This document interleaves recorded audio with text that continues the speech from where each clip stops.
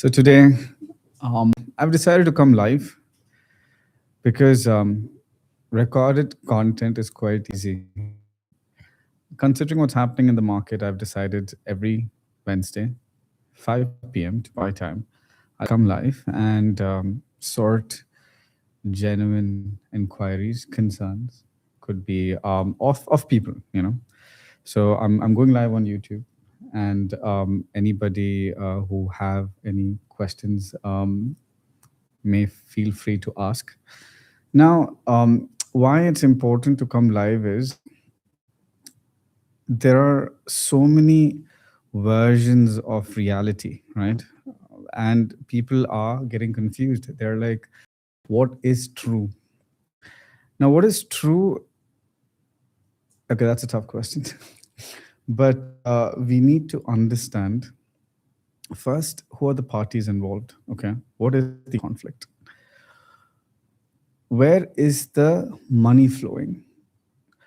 Which countries are being impacted the most,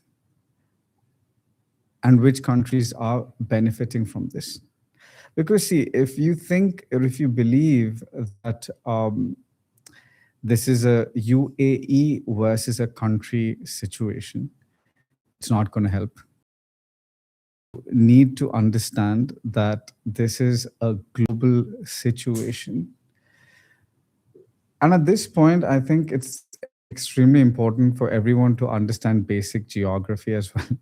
I think this is time maybe all our geography lessons will come into play now. Because what makes US a superpower? Okay, so from, let's say, World War II, US became, let's say, the protector of the world, right? Because they are the most powerful when it comes to weapons. And leadership is a different question, but I'm talking about why it became the most powerful in the world, and everyone sought to US for protection or weapons. It's because of geography, And similarly, right now, who they are contesting against, and they thought would be a simple situation like other countries or other times they've done this, it's again geography, right? The reason they're unable, it's not easy. And the reason, let's say, the Strait of Hormuz is in this position, almost 15 countries have been highly impacted, and UAE is not one of them as of now, at least. The top 15 are different. So the country that's been impacted the most, number one, is Pakistan. So let's get into geography now. So the geography, right? As to, okay, this is for people who believe that Dubai, because there's so many people who come and state that Dubai is finished, and I'll explain to you why that's not possible. We need to understand, okay, let's say there are two big parties in this world at this stage, US and China. There are three possible outcomes in this whole situation. I'm going to discuss one very difficult. Okay, right now there are two big conditions happening. One is, okay, US has, let's say, a $38 trillion debt, and one is, of course, petrodollar is very powerful system in place, and that system is being challenged by, let's say, petro yuan. So let's assume one situation is a US versus China situation. Okay. Now, what is UAE? Okay, why is, okay, we are at the brunt. Okay, we have a question. Okay, we have a very, very strong question on Instagram. Okay, Mehrdad Devanipur.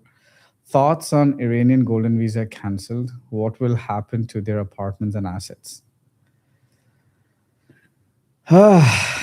Good. I expected this for the live. Okay, this is good. Now, I've got a lot of friends, brothers, sisters, family who are Iranian. They are some of the most kindest, sweetest people that I know. And my heart genuinely goes out for people who have been impacted. But you must understand the situation right now, where the government has to protect. See, UAE is a very different system, right? It's not like other countries. 90% are expatriates. The government has a big responsibility protecting its citizens. So it is purely a security measure. This is not a permanent decree or a law. It's a temporary position or a stand taken in order to protect the other people. Why do you think everything is running right now in Dubai? It's because of these laws in place, right? We've got some everyday business has not stopped over here. Not a single day business has stopped in Dubai, right? I have a routine. Okay, I'm let's say I've been 17 years in Dubai.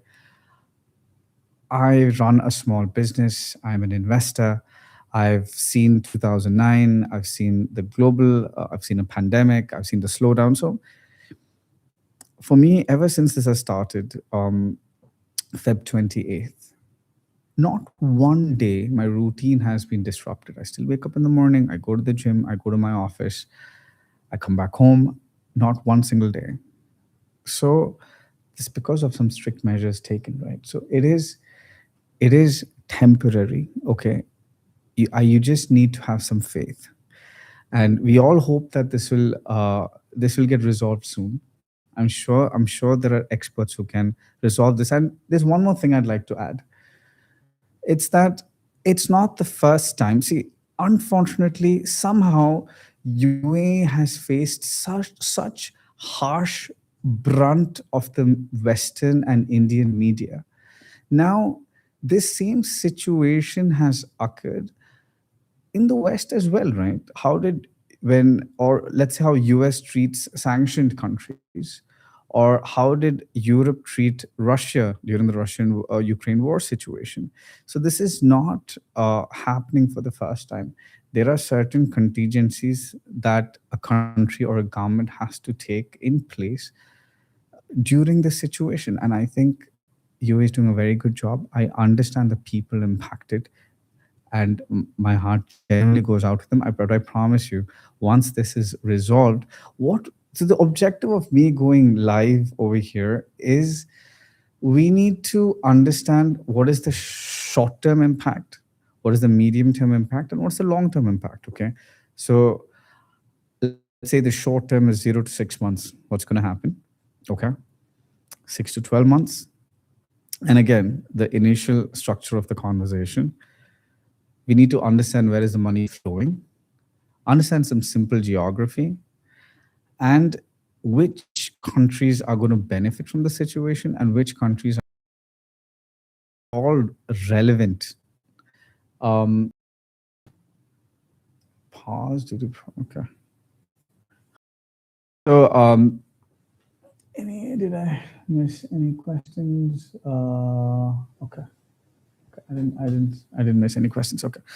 So the initial, okay, 0 to 6 months. Okay. So I was talking about the 15 countries that have been in the last 30 days, 15 countries that have been impacted. So we need to understand, okay, we were talking about US and China. Let's say these two are your main contenders in this whole Game of Thrones.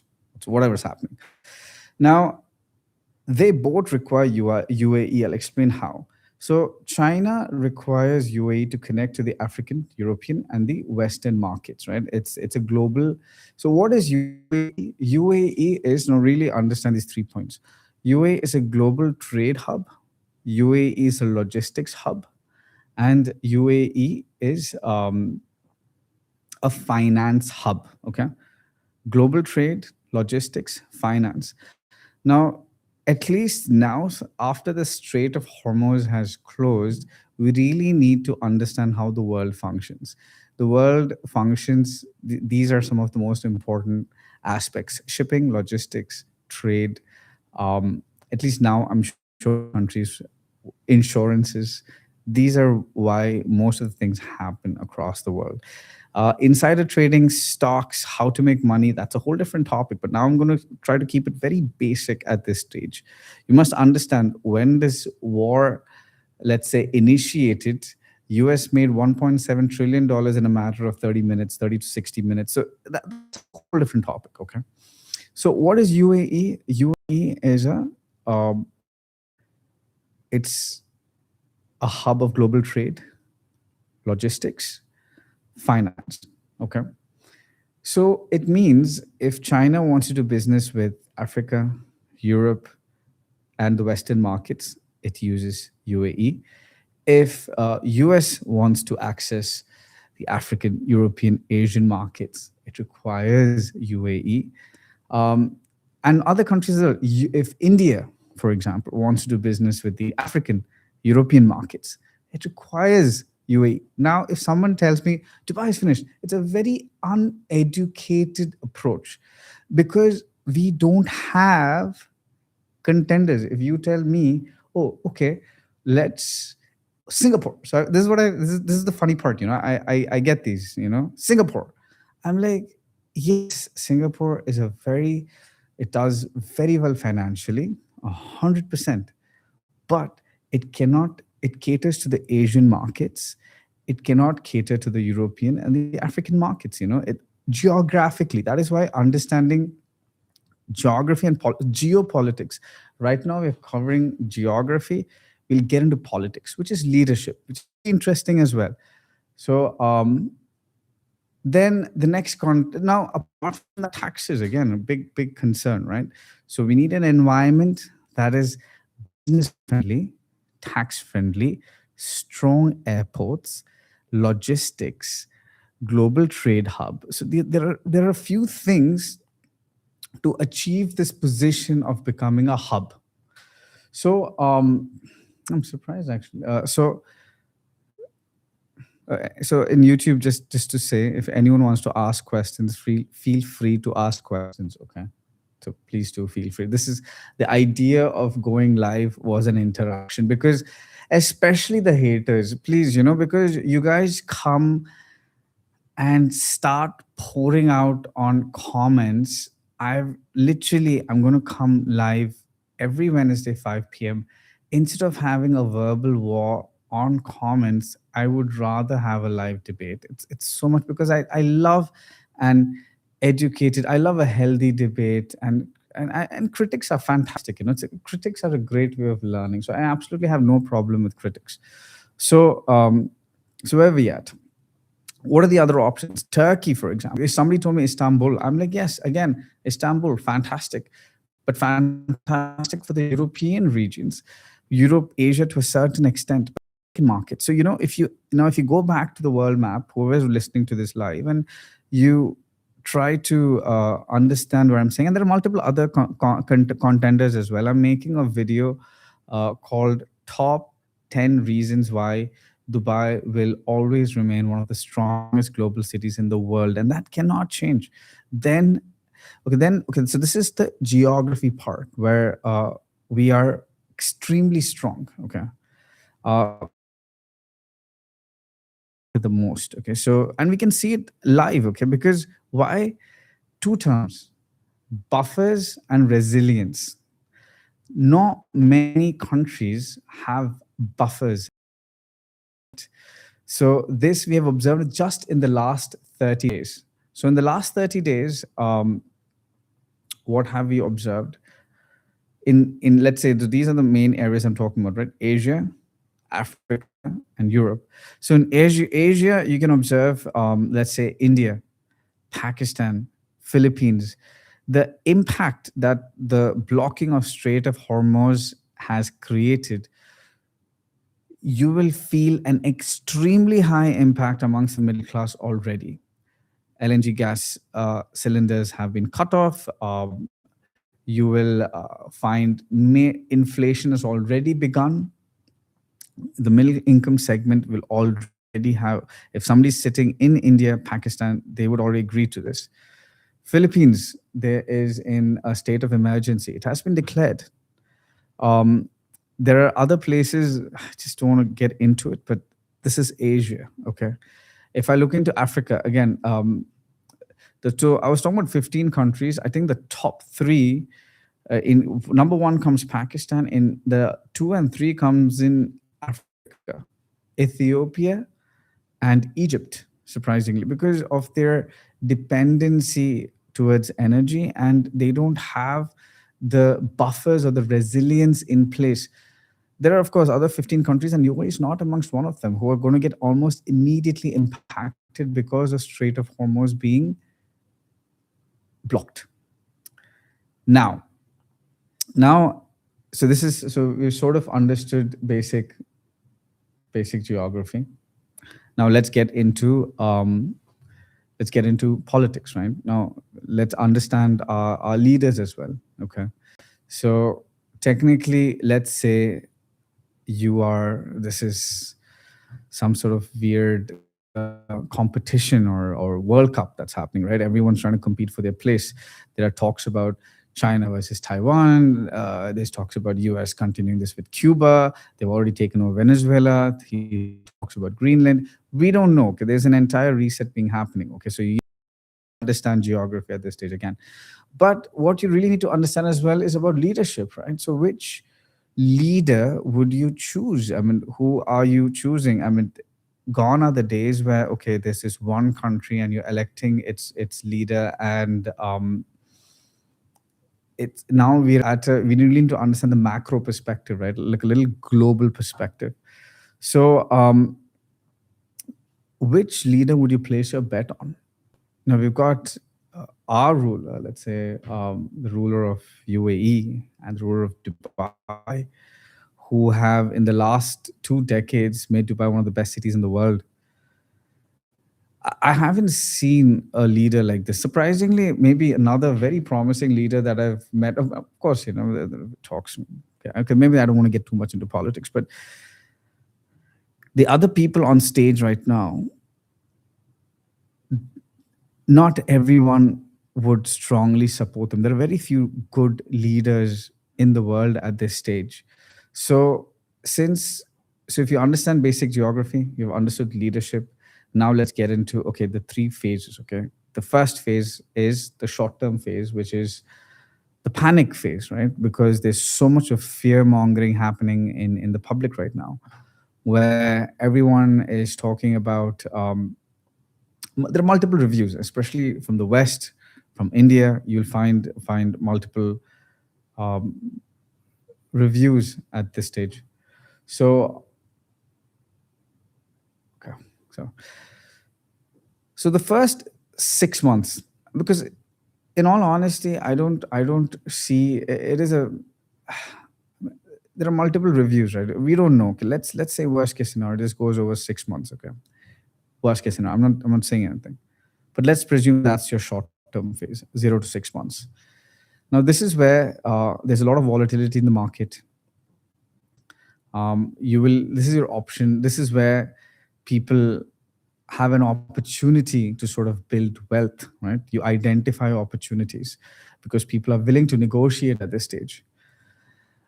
It's in your medium phase, let's say 6 to 8 months. This is when people will start reallocating capital.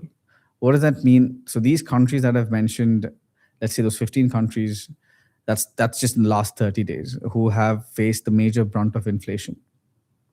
There'll be more countries. Okay, this is just the beginning. Like I said, this is not a UAE versus a country situation. This is a global situation. Everyone's involved, especially Europe, Africa, and Asian regions. We're all in this together. UAE is safe. UAE is fine. We're doing all right. The other countries, these areas that I've mentioned, they have to really watch at this stage. So now these guys will understand. For example, already people who have left towards, let's say, Europe, UK, a lot of people from the UK, from Europe, they left. They went back to their countries. 3 weeks down the lane, they're all calling India, Pakistan. I've had so many people leave, in panic and stress. And then when they, now they're calling me, they're like, hey, Zohaib, please let us know. We want to come back to Dubai. Dubai is Dubai.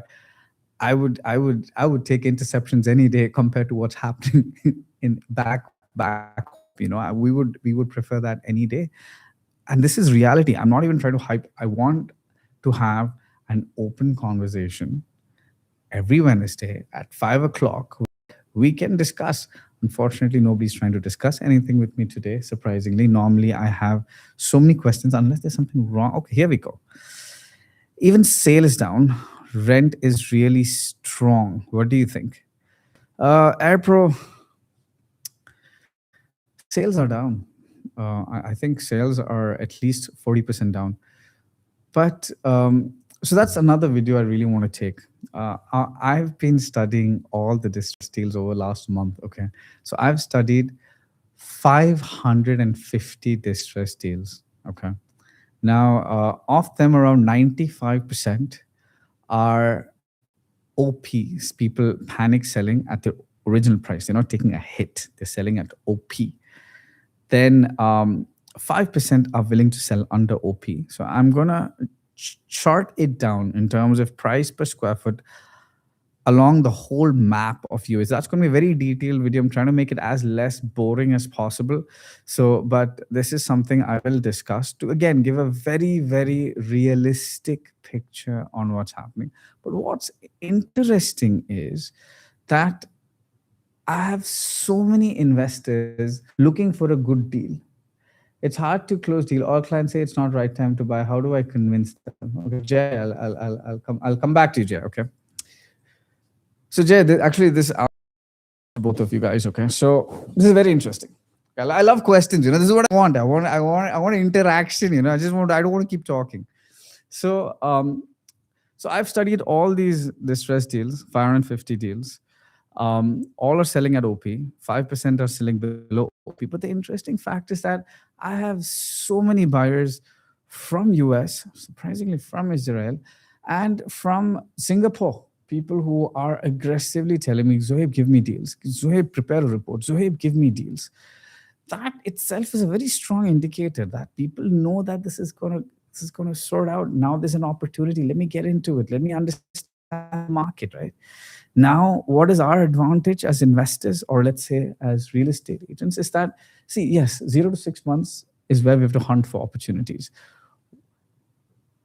After, in that medium phase, okay, let's say November onwards, okay, because see, always summers haven't been the best, right? Summers haven't been the best in Dubai.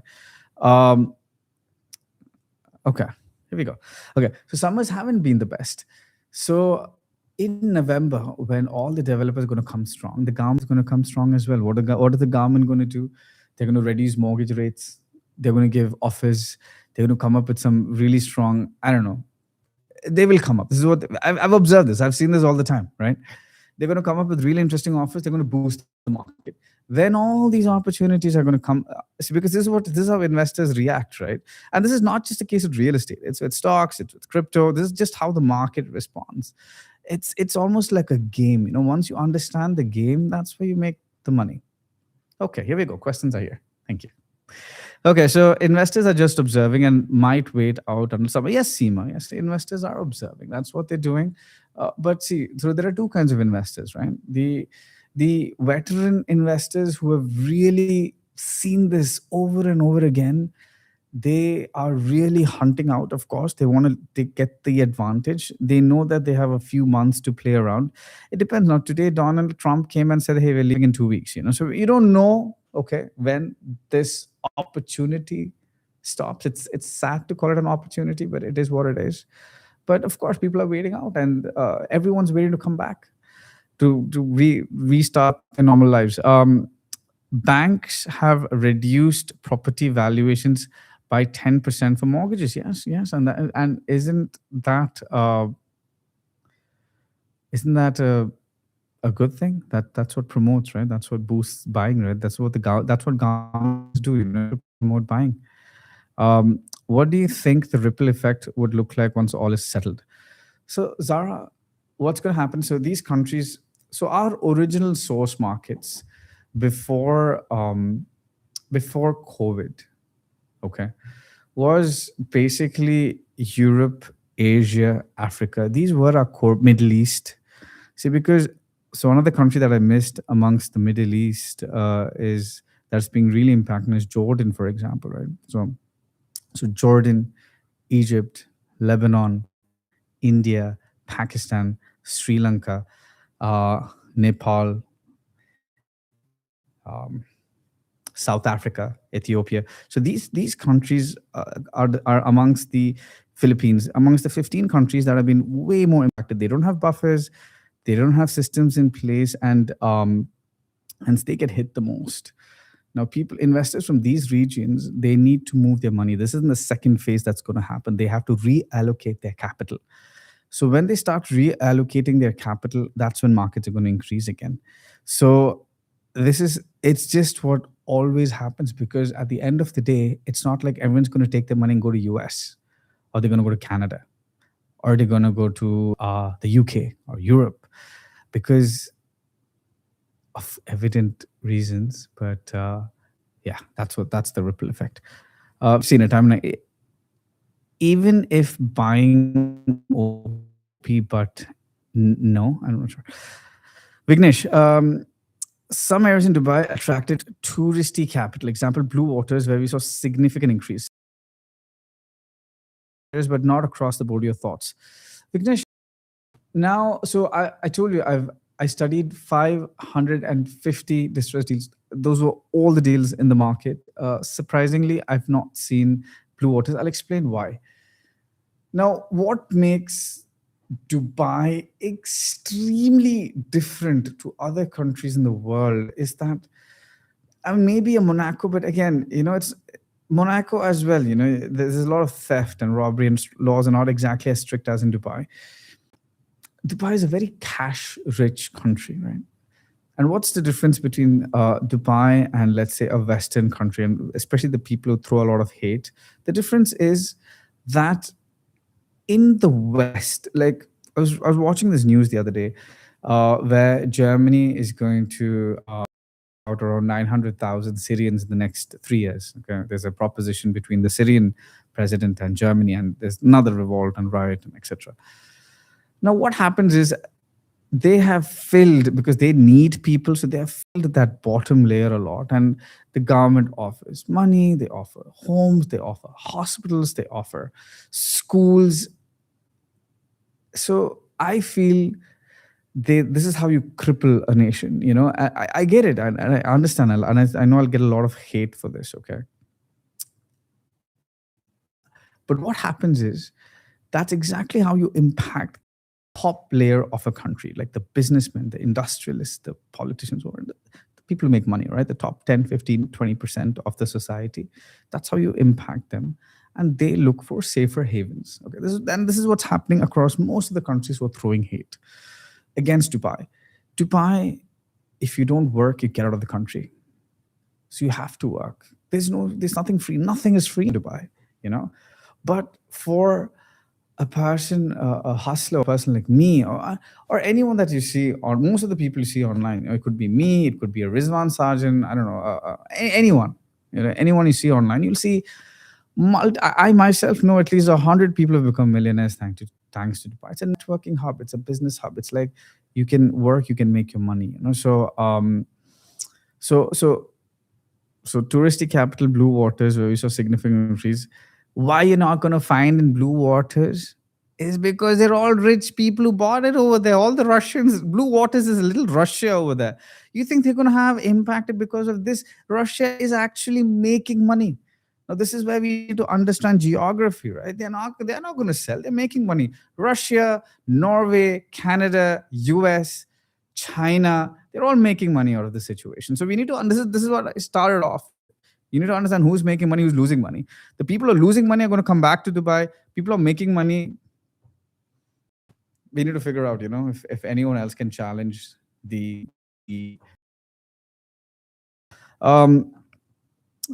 okay.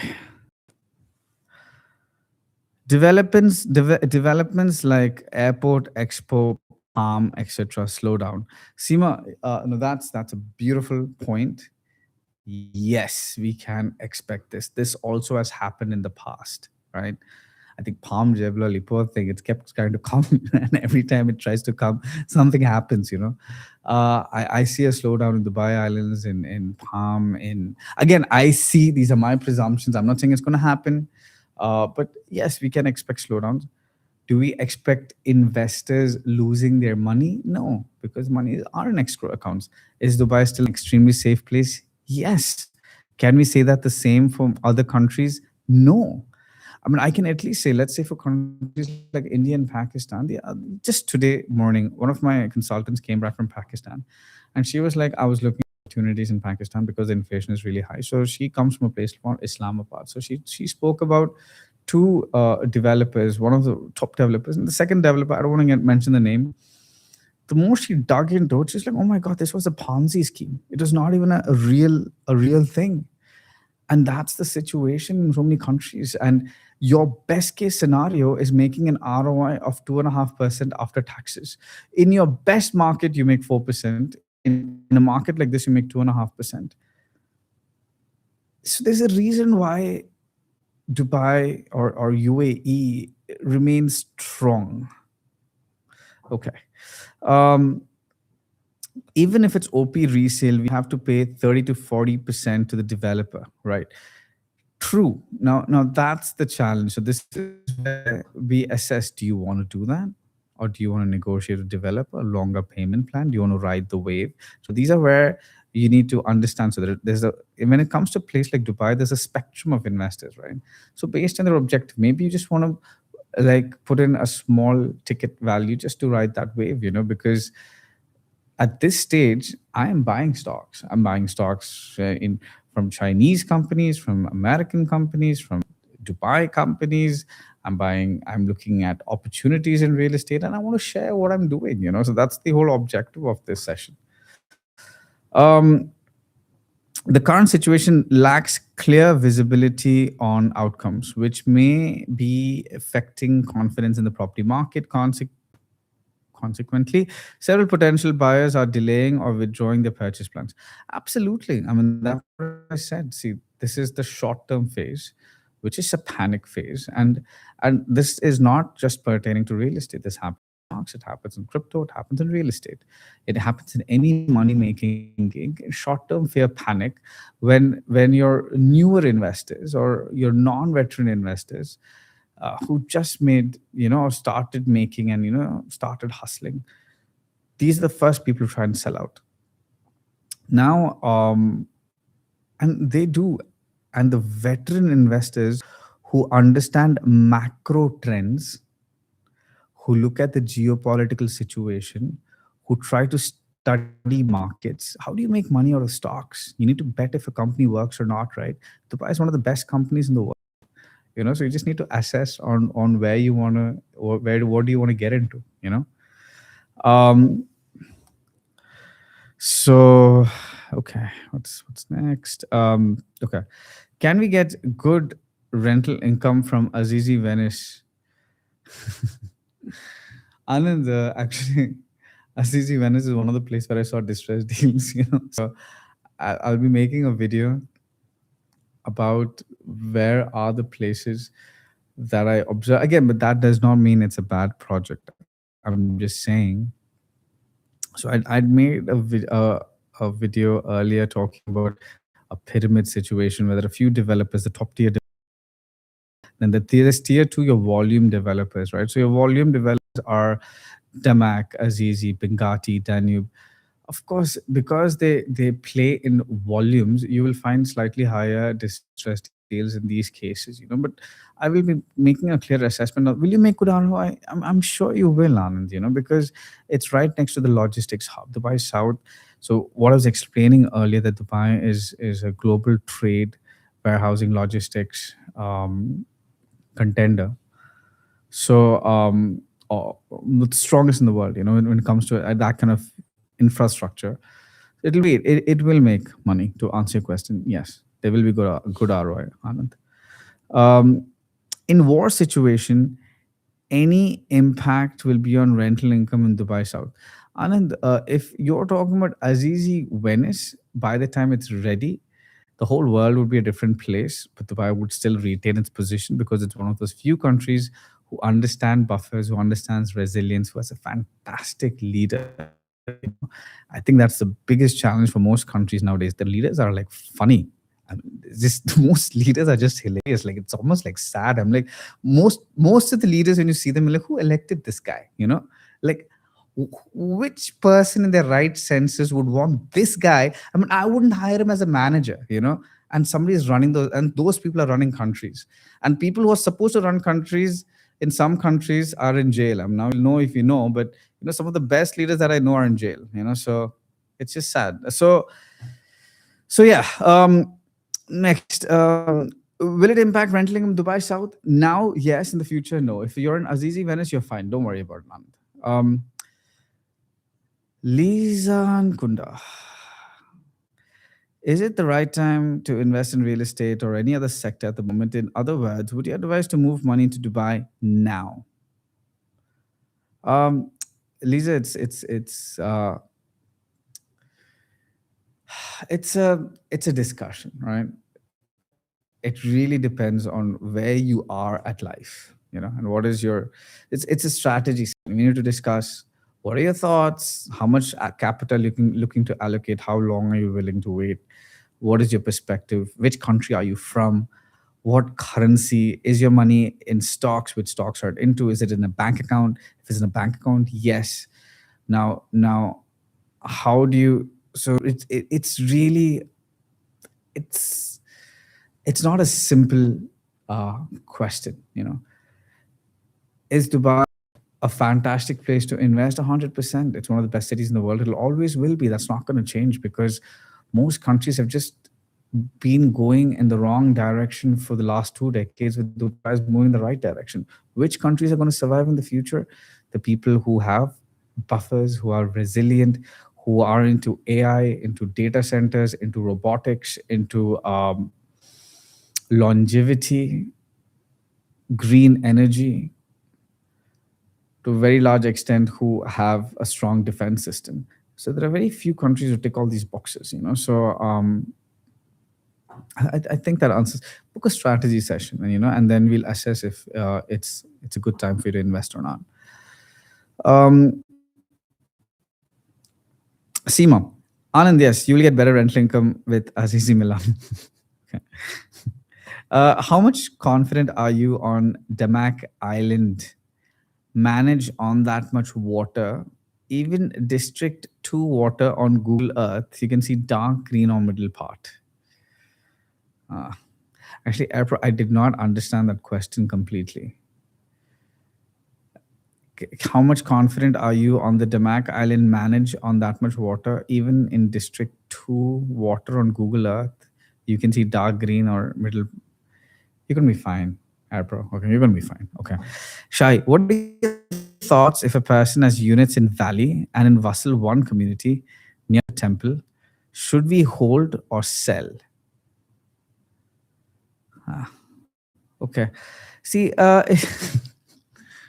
Shahid, see, Valley is another place I've seen a lot of distressed deals. I don't know why, a lot of panic buyers, It's just sad. It's such a beautiful project. Is this a great time to sell? No, it's the time to hold, right? It's a buyer's market. Is it a seller's market? No. Everyone's looking for a deal right now, right? So I don't think it's location. See, it really depends on what price you purchase the asset at, what asset have you purchased. But Valley, it's EMA, EMA is the best developer in the country. It's a very safe asset. Should you sell? No. At this point, if you can, you should consider holding. Okay. Avinash Raut, I see more and more listings every day from the war started in both buy and rent. Specifically looking in Villanova. I live here. Oh, okay. Every day from the war started, both buy and rent specifically. I'm not sure. Are you looking to buy or rent, Avinash? I'm not. I didn't get that part. But do you find I've not searched in Villanova. Actually, I didn't see any distressed deals. No, Villanova is like no, I live in Villanova as well, Avinash. Okay. No, Villanova is one place. No, I don't know if you're in Villanova. If you're in a Villanova dads group, it's one of the most fun places on earth. It's like every day there are barbecues happening. People are in Bolt Hole, and it's mixed nationality. It's very strong. The community is full. The parks are full. It's a fantastic place. I love the place, man. So that's why clearly there's no distress deals. I haven't seen any distress deals in Villanova. Um, Very beautiful studio. Thank you, Abdur. Need your thoughts on Breeze in Maritime City, Anand. Anand, it's funny. So there was this particular transaction that happened, and it was somebody bought for 220 million dirhams. They bought stock, and I was just assessing. So it was an Israeli buyer who bought stock with 220 million. I think 1 week into the war, somewhere in March first week. Okay, that gave me a lot of confidence on the coastline of Dubai that if people are aggressively buying the coastline, something's happening, So again, so in at times like these, what we need to assess is, like I told you, who's making money, where's the money flowing, who's benefiting, what is the game? Right? This is what you need to try and assess. So how is Breeze going to do? Uh, you'll have to tell me again what product. If you bought a one bed at like 2.5 million dirhams, war, no war, you're just not in the best situation. But you need to give me more perspective. Like what did you buy at what price? See, people who made bad investments before Feb 28th. See, because you must understand the market was anyway just peaking, right? There was some products in the market.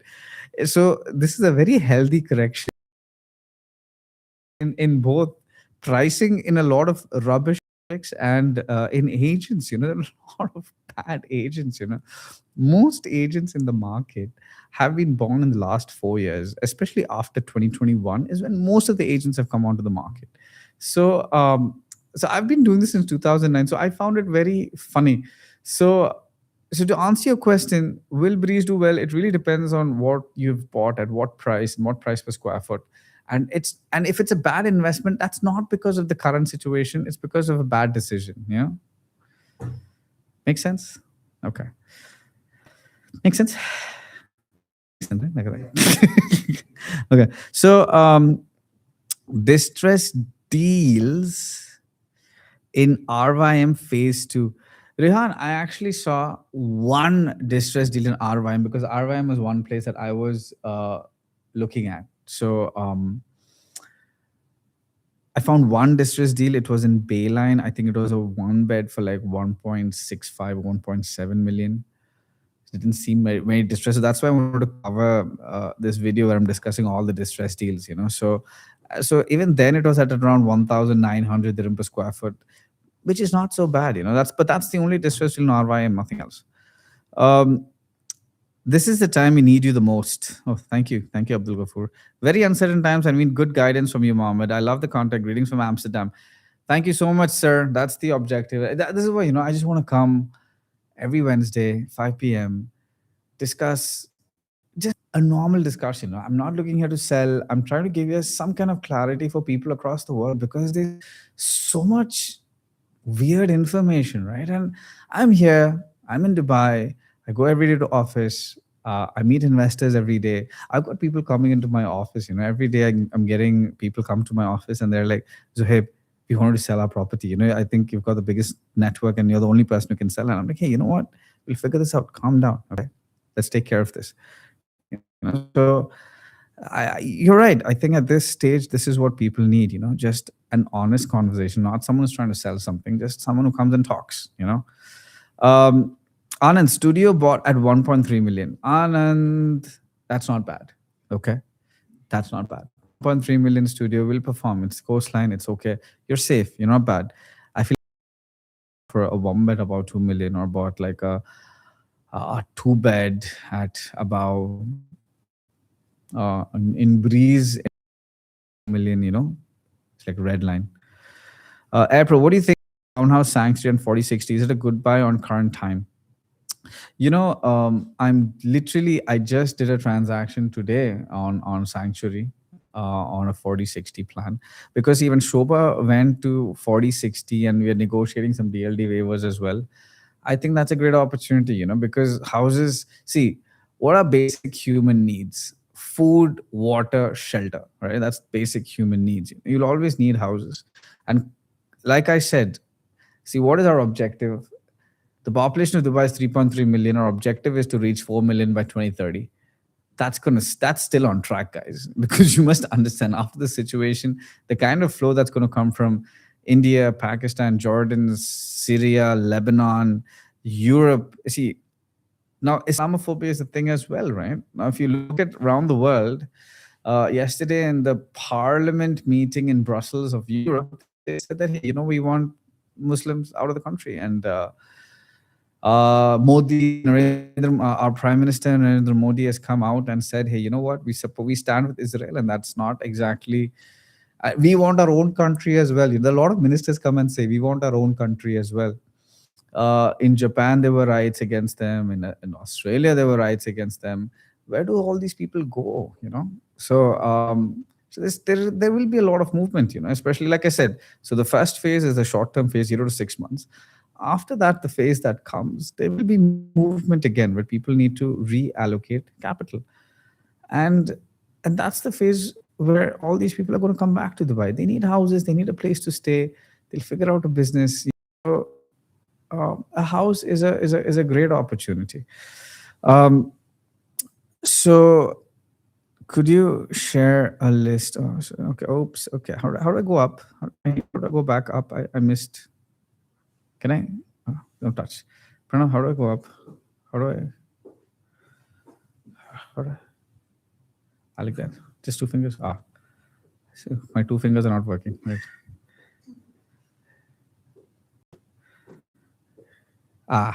So, yeah. Okay. Could you share a list? Okay, if you're investing your own money in this current environment, which Dubai real estate projects or segments would you choose, and why? What still gives you the confidence? Now, this is a good question. Okay, see, I'll tell you. I'll be honest. Okay, I'm gonna sell a villa of mine. So I bought this beautiful house in Sydney Island by Shoba. So it was around 12.8 million dirhams. I'm going to sell it. Biggest plot on the beach. Beautiful house. Okay. I'm going to sell it because there are so many good deals right now that I want to use that money to pick up opportunities. So where am I going to buy? I'm looking at houses in Dubai. This is what I want to buy. Semi-detached, small independent villas. So I've seen a lot of distressed deals in places like Wiles in the Valley, in any of the newer communities. I'm going to try and buy houses in Dubai. So this is what I'm going to do, and I'll share my journey. So I have a buyer from Australia for my villa on the beach. So I'm going to try, and it's the biggest plot, phenomenal. I think it's like some 12,000 square foot plot, insane. So I'll conclude that transaction. I'm going to use that capital to buy more stock in Dubai. I'm going to buy stocks and real estate. I'll share my journey. Okay. If you are an investor, okay, Karish, I think we just cleared that, right? So could you share a list of deals under 2 million? Seema, I'm going to make like a WhatsApp group. Okay. So Seema, I'm going to make a WhatsApp group. Maybe you can join that group, and then every time I get a deal, I'll just share it on that group. Okay. I'm a UK investor, and a part of my goal is to diversify my portfolio and create an exit strategy for retirement. Does Dubai make sense as a long-term investor strategy to who holds their nerve? Haroon, I'll tell you something. Last week, okay, I had an American surgeon, originally from Pakistan, never been in Pakistan, okay. He invested 40 million dirhams. And that was just in one project in Dubai Islands. Before that, he's already bought the penthouse floor in Shah Rukh's by Danube. He has bought a 2-bedroom in Jacob & Co. Business Bay. I didn't sell that, but he bought. He bought some stock in Nuve by Zoya, and he bought something in Maritime City by Beyond, okay, in Canyon. This is last week during this situation. So my point to you is that I told you simple geography, Harun. Where do you go? In this world, like what are the options? Everyone, I hear people saying, okay, Monaco, Portugal, Malaysia. Malaysia is great. Indonesia, Singapore, um, places in Europe, but a truly global place that is actually safe. Now, and when I say safe, people, start laughing, and I'm like, guys, I'm here with my family, with my two kids. It's still a beautiful place, right? With regulations in place. Even today, I can wear a Patek and walk on the streets, and no one's going to chop my hand off, or I won't get stabbed or mugged, and I can drive a nice car, live a good life. So, Harun, we can discuss, and again, same thing like I told Lisa. We discuss opportunities. We understand the market. I'll explain to you 0 to 6 months, 6 to 12 months, what's the trajectory, and if it makes sense, why not? Is it possible to get a mortgage for non-residents or an off-plan property? See, at this stage, the next 0 to 6 months, developers are going to be hilarious. I'm not even saying this in a bad way. Like every developer is negotiable at this stage. So what we'll have to do is we'll have to structure the deal with developers at this stage. It is what it is, right? It is what it is. Developers are negotiable. We are in a buyer's market. Like just till the second or third week of Feb, we were in a seller's market, right? Now we are in a buyer's market. We dictate the terms, and people who understand this will try and take some sort of advantage of it. That's what I believe. Um, Imtiaz, need to be careful about distress deals with weak fundamentals. You don't want to inherit someone else's problem. Developer financial strength plus execution track record is non-negotiable in this market. 100% Imtiaz, man. Imtiaz, but this has been the fundamental from the start, right? Now, the biggest challenge in Dubai has been this, right? People who invest, like for example, let's say those 550 deals. I told you, right? 95% were OP, 5% who were below OP.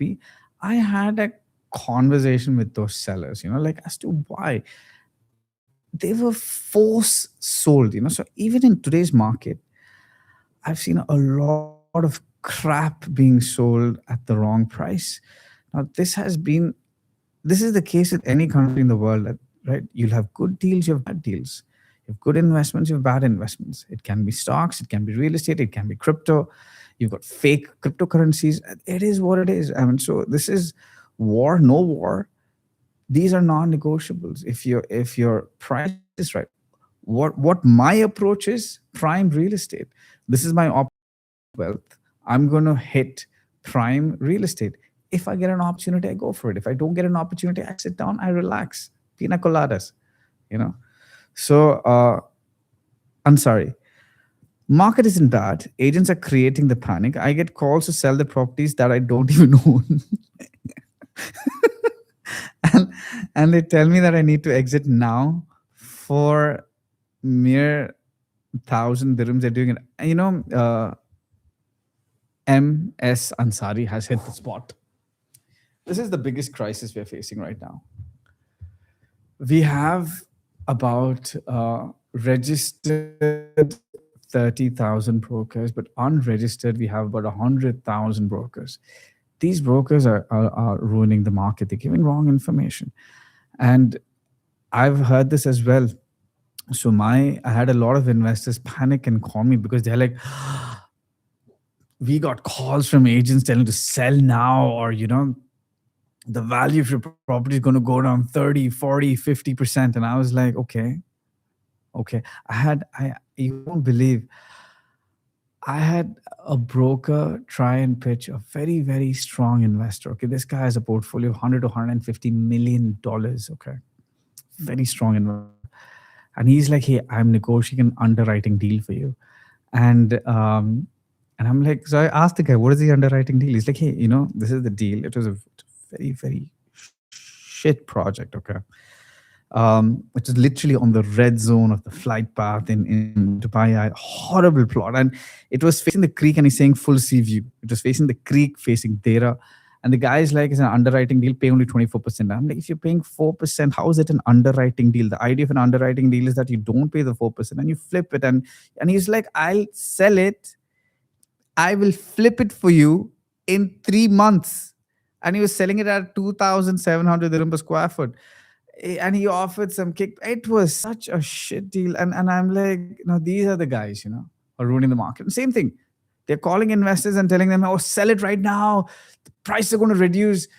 Now, the biggest challenge is this, most of the brokers in the market have just been here between 0 to 4 years. That's it. 0 to 4 years.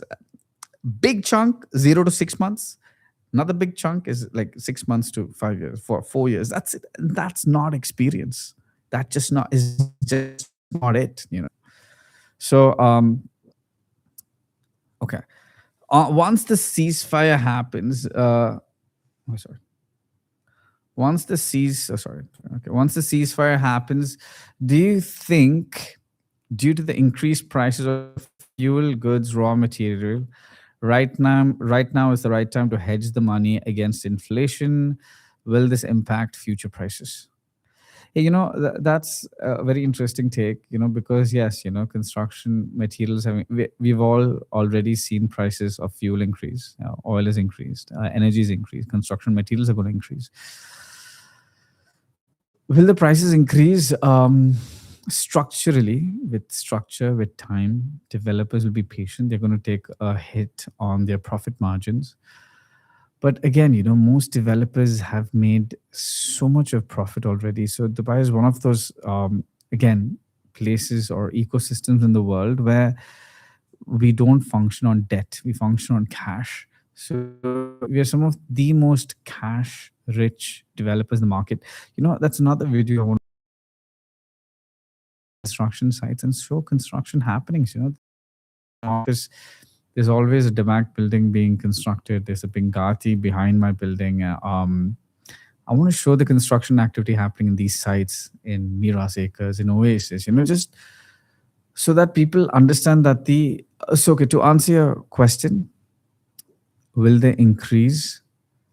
Not now. Not in the first 0 to 6 months in the short-term phase, not even in the medium-term phase. In the long-term phase, yes. But that'll take some time.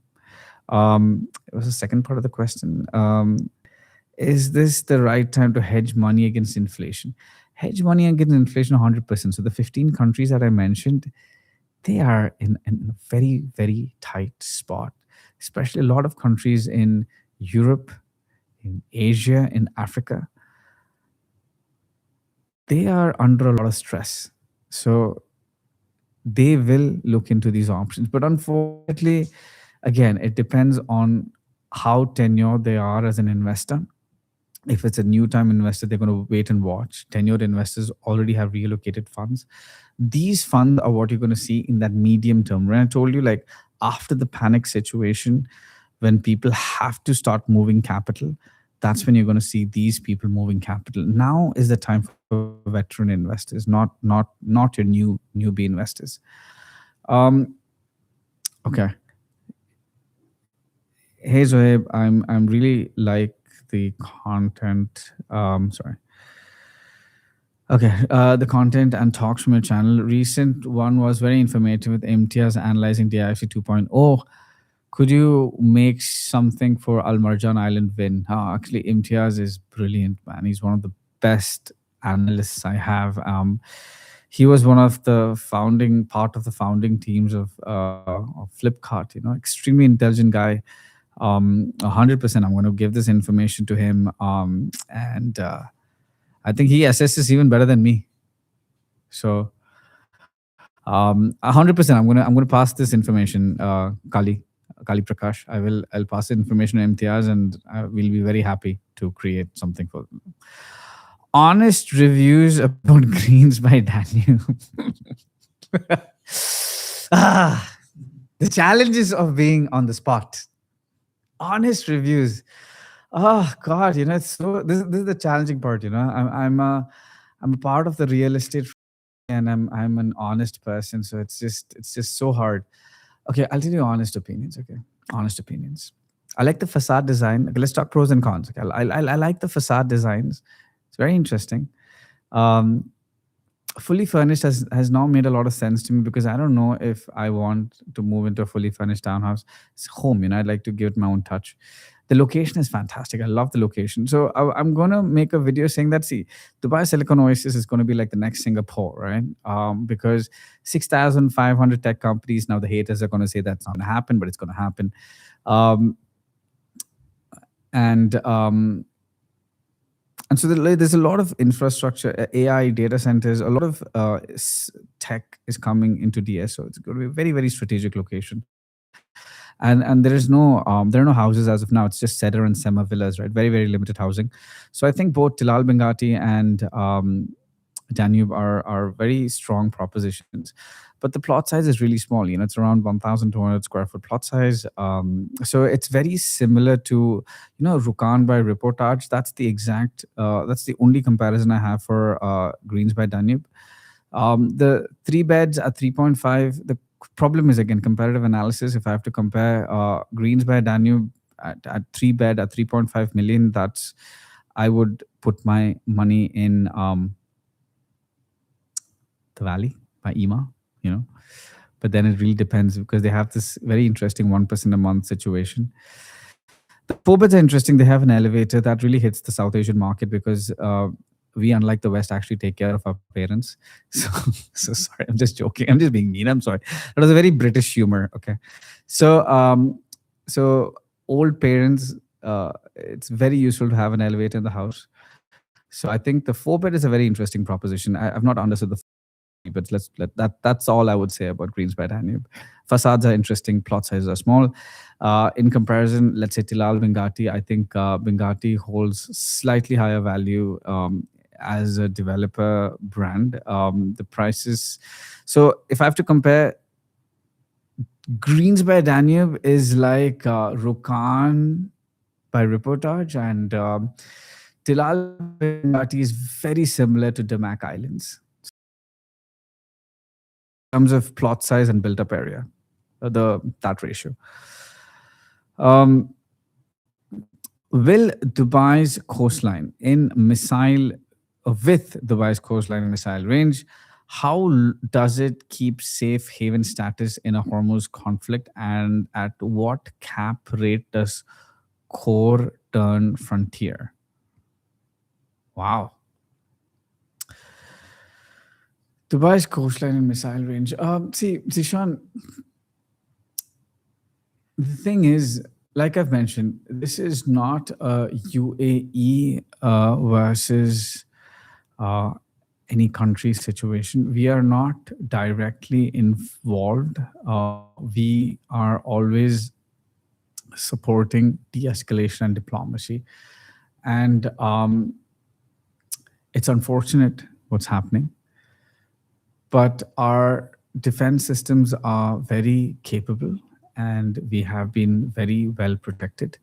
I think the major concern should be more towards the countries surrounding Israel, which is Jordan and Lebanon, and then maybe we should consider, see, why wouldn't anyone ask this question to US, because technically they are the primary target, right? So at some point, and even Iran made very flashy videos targeting the, Statue of Liberty and all of that. So, so to answer your question, how does it keep safe haven status? You're going to see that. See, not now, maybe in the first year, like I told you, 3 phases, right? Short-term phase, medium-term phase, and long-term phase. In the short-term phase, even if I say it, I'll have a lot of people saying no. I'll have 2 responses. The people who live here say it is safe. And people who don't live here will say, no, it's not safe. In the medium-term phase, when we have arrived at negotiations, and there are 3 possible outcomes, maybe at some other stage, I will discuss those 3 possible outcomes.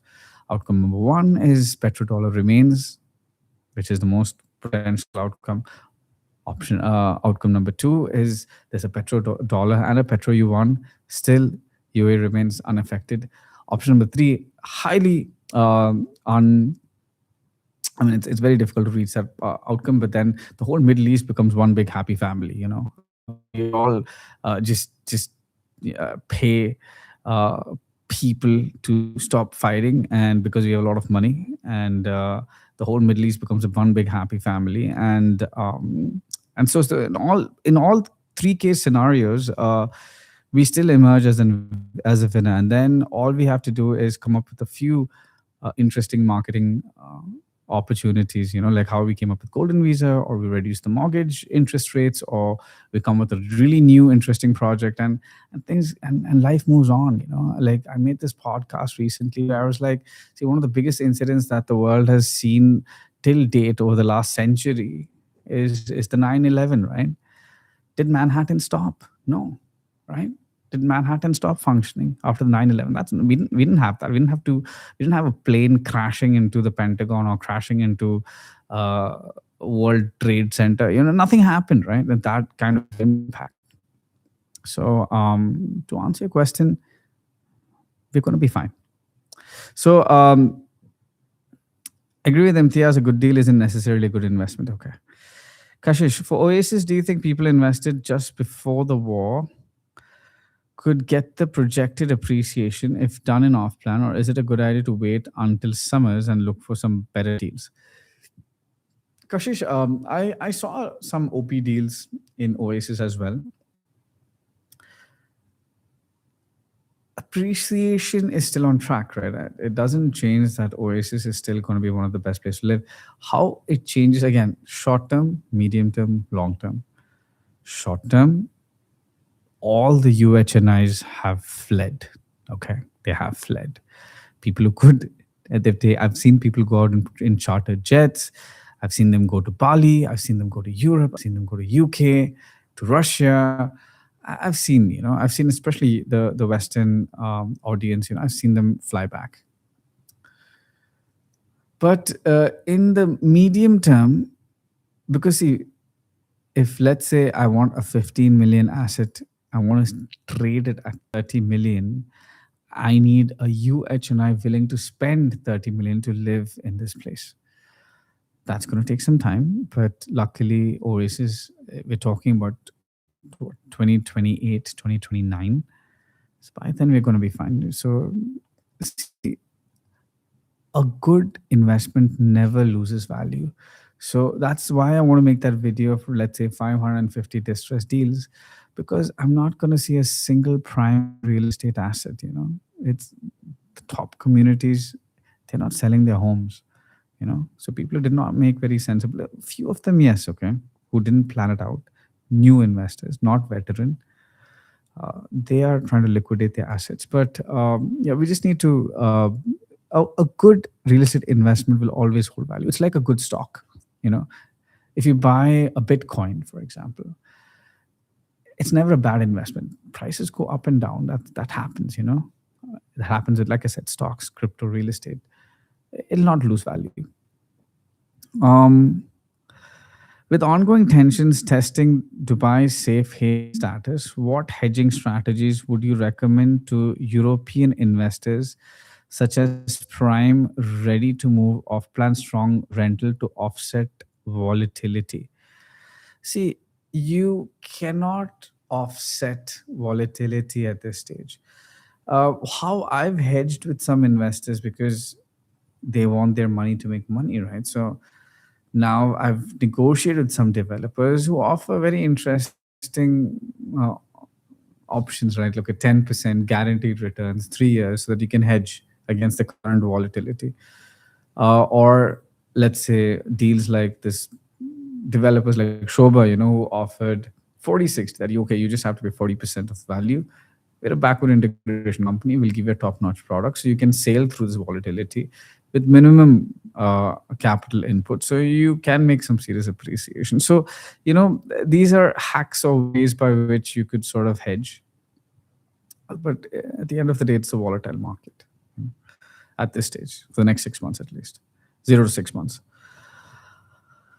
Shahid, thoughts on Tilal Bengati? I think I just discussed that. I think I like Tilal Bengati. Let's put it this way. I think I really like the location. So that's for the first time seen. You get a lot of developers saying 10 minutes to downtown, 8 minutes to downtown, 15 minutes to downtown.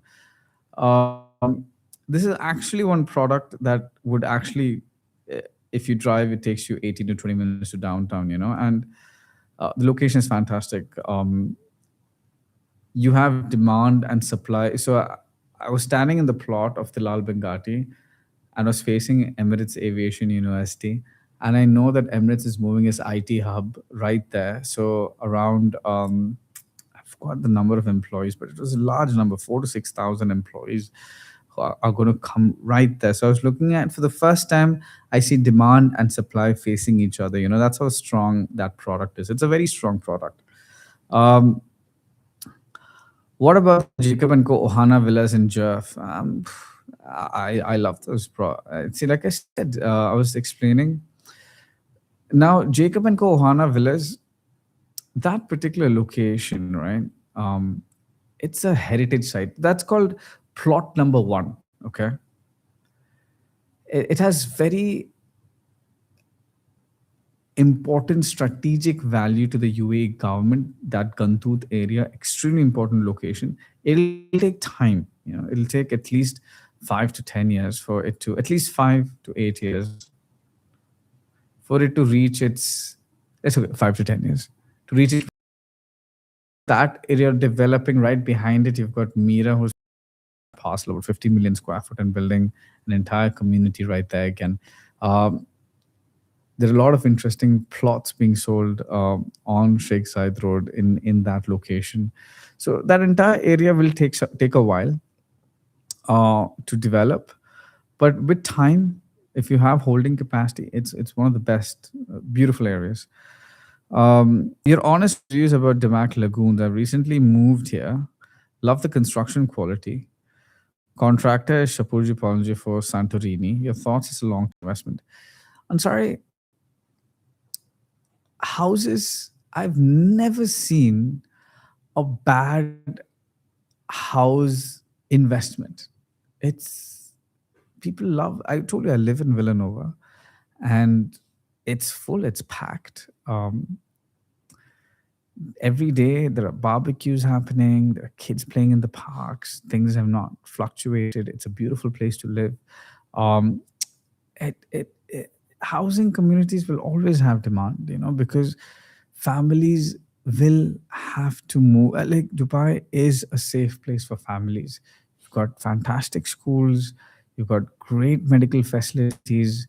It's an extremely safe place for families, for women, for children. It does not have weird people, like we don't have weird laws. We don't have weird communities.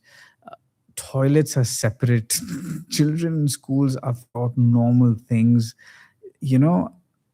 People will move to Dubai, for a good life. Of course, people who can't afford it will always speak negative against Dubai. It is not meant for everyone. People who can afford it can have a beautiful family life. And that is why houses will always make sense.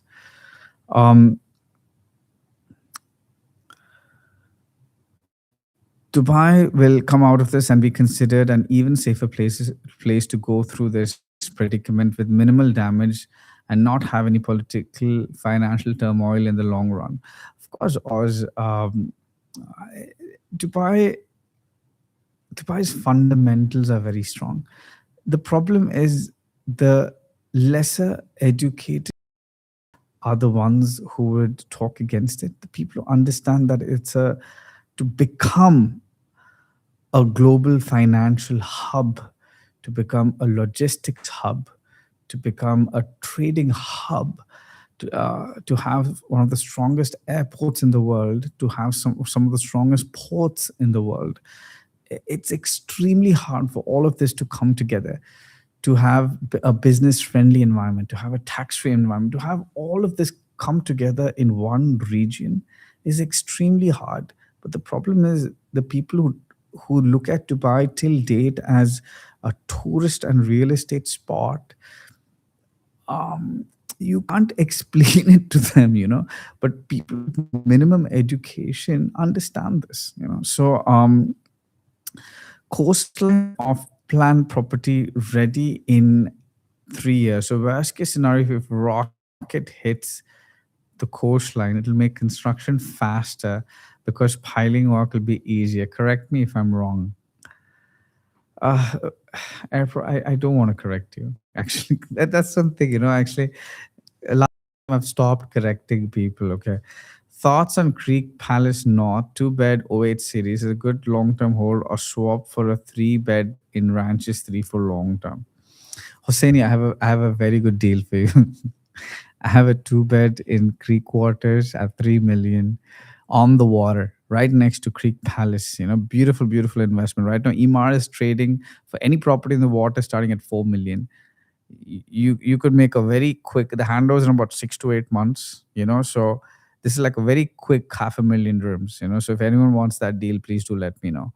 The Valley or Damac Lagoons or Mudan or Imar South for four-bed townhouses. Hussaini, Valley, you're getting a lot of distressed deals. I saw for Rivana, I don't know, I understand these people. Rivana is one of the best floor plans. I saw Rivana OP, something like that. Rivana, Avina, Farm Grove, um, Velora, Venera, beautiful floor plans, does not exist in the market, big plots, built up area, 3,500 square foot. It's beautiful. You can't go wrong with these investments. Like if you buy a good asset, it'll always hold value. Um, do you think Iranian assets are in danger of blocking by the government? Golden Visa cancelled for Iranians. Now maybe their apartments and so see Iranian assets are see Iranians are under a lot of stress at this stage. Okay. But I think it's a temporary phase and we all want peace. I mean, especially a place like Dubai. I was just watching this video the other day. There was an Iranian was stuck in Dubai, okay, during war. They couldn't fly out. And the wife was pregnant. And it was an emergency situation. So her husband called the ambulance and they came. She was taken to the hospital. The delivery happened. And when they asked for the bill, they said it was free. I mean, they were charged nothing. I mean, this is the approach or the attitude of the government. Right now, there are few restrictions in place. It's just for the security of the people. Like I explained, 90% of expats, it's just for the security. Okay, for it's national security measures, but it's one of the most fair, kindest governments on earth with one of the best leaders. So I don't think it's going to be frozen. I don't think it would be easy to resell it as of now, but this is a very temporary phase. Baba, I'm watching you on TV and you're doing great. Thank you, sweetheart. I love you. I'm coming home soon. Okay. I think the live's going to end in about few minutes and then I'm coming home. Okay.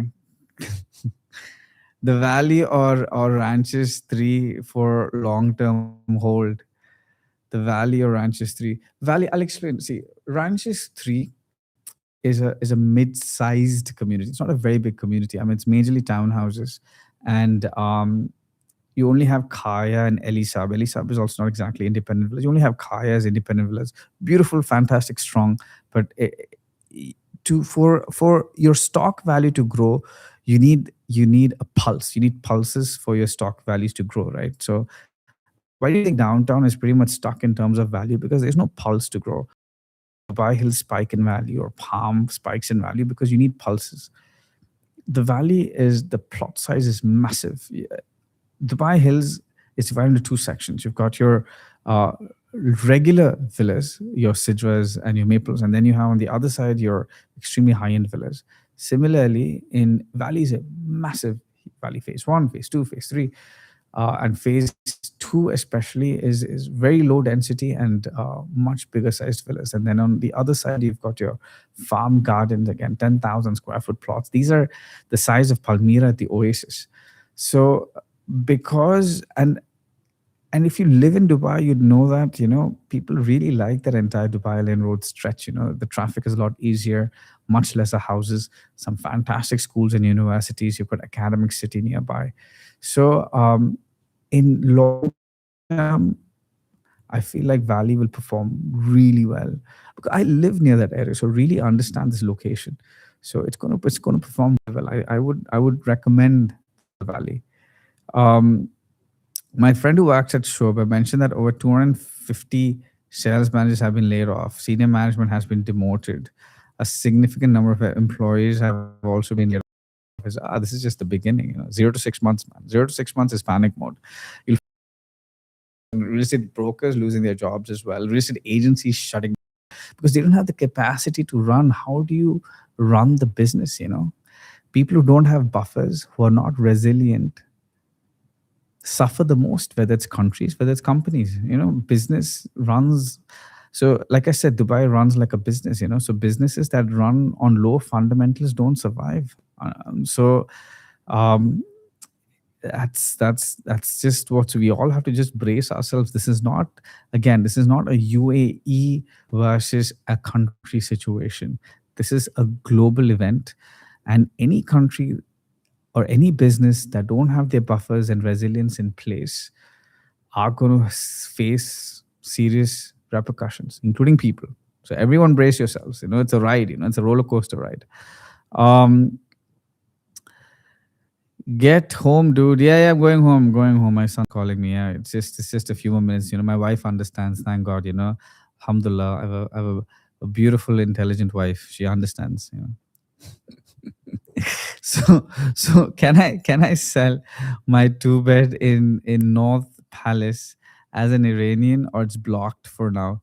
Mr. Hosseini, I would highly recommend if you could get in touch with me. I told you, some very, very close friends of mine are Iranians, and I will figure this out. I don't know the answer as of now. I'll confirm, but uh, you know, I was born and raised here, and I've been doing this for 17 years. I know one thing in Dubai, that there's always a way. You just need to find the way. So I'm sure we can find a way. You know. So where to buy studios? Dubai Science Park, JVC, JVT, or Majan?